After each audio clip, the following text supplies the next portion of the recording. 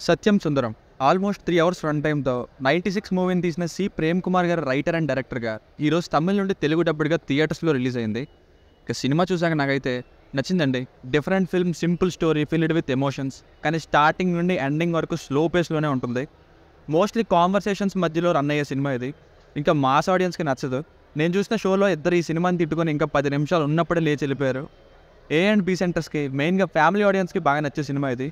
Mass ఆడియన్స్కి ఇంకా regular elements like ట్విస్ట్లు, ఫాస్ట్ నరేషన్తో ఉండే డ్రామాని ఎక్స్పెక్ట్ చేసే వరకు నచ్చదు. సో స్లోగా ఉన్న సరే సరికొత్తగా ఒక మంచి డిఫరెంట్ ఫిల్మ్ని చూద్దాం అనుకుంటే ఈ సినిమా మీకు రైట్ చాయిస్. అన్నెసెసరీగా సీన్స్ ఉండవు కానీ డ్రాగ్ చేస్తుంటారు. సినిమాకున్న ఏకైక మరియు అతిపెద్ద ప్రాబ్లం మ్యాక్సిమం నెంబర్ ఆఫ్ సీన్స్లో స్లో పేస్లో ఉండడం. ఇంకా క్లియర్గా ఒక్క మాటలో చెప్పాలంటే బుక్ చదివినట్టు మెయిన్ క్యారెక్టర్స్ ఇద్దరి మధ్య ఓవర్ నైట్ సంభాషణలతో ఉంటుంది. ఓటీటీలో ఇంకా ఎక్కువ రీచ్ ఉంటుంది మూవీకి.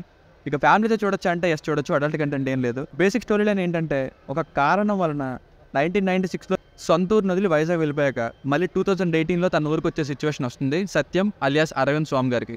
అసలు ఆ సిచ్యువేషన్ ఏంటి, ఎందుకని సొంత ఊరిని వదిలి వైజాగ్ వెళ్ళిపోయారు, తిరిగి ఊరికి వెళ్ళాక ఏం జరిగింది అన్నది స్టోరీ. ప్లస్ పాయింట్స్, సినిమాకి 2 పిల్లర్స్, ఒకటి అరవింద్ స్వామి గారు, ఇంకా కార్తీ గారు. అసలు వీళ్ళ కోసమే సినిమా అని చెప్పేటట్టుగా ఉంటాయి వీళ్ళ పర్ఫార్మెన్సెస్ అయితే too good.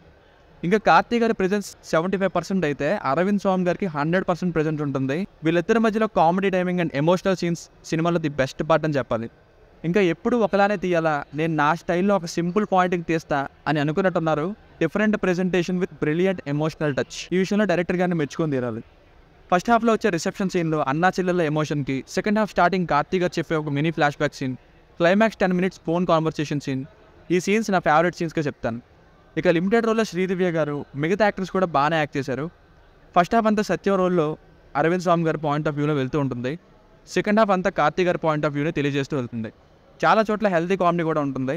Cinematography is good, extraordinary అని చెప్పలేం, బట్ పల్లెటూరుని మాత్రం బాగా చూపించారు. మెయిన్గా ఇంట్లో వచ్చే సీన్స్ కూడా. బ్యాక్గ్రౌండ్ మ్యూజిక్ విషయానికి వస్తే సాంగ్స్ అన్ని సిచ్యువేషన్ అనే సాంగ్స్ ఆర్ ఓకే. మ్యూజిక్ చాలా చోట్ల పెద్దగా లేకపోయినా ఎమోషనల్ సీన్స్లో మాత్రం ఎక్కడ పెంచాలో ఎక్కడ తగ్గించాలో వర్క్ అయితే మ్యూజిక్ డైరెక్టర్ నుండి క్లియర్గా తెలుస్తుంది. మైనస్ పాయింట్స్, ముందుగా హైలైట్ చేసినట్టు స్లో పేస్, బట్ పర్లేదు మాకు సరదాగా వెళ్తున్నా చాలు అనుకుంటే మీకు ఇది పెద్ద ప్రాబ్లం కాదు.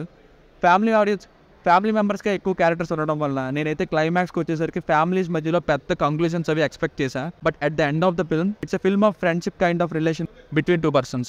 అన్నీ కూడా ఎక్కడ హడావుడే ఉండవు. సెకండ్ హాఫ్ అంతా మాక్సిమం వీళ్ళిద్దరు ఇంకా శ్రీదివ్య గారు మధ్యలో కనిపిస్తారు.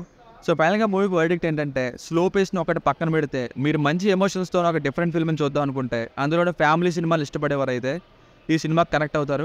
కొంచెం లెందీగా ఉంటుంది కాకపోతే, అండ్ స్టార్టింగ్లోనే చెప్పేసా ఎవరెవరికి నచ్చదో కూడా.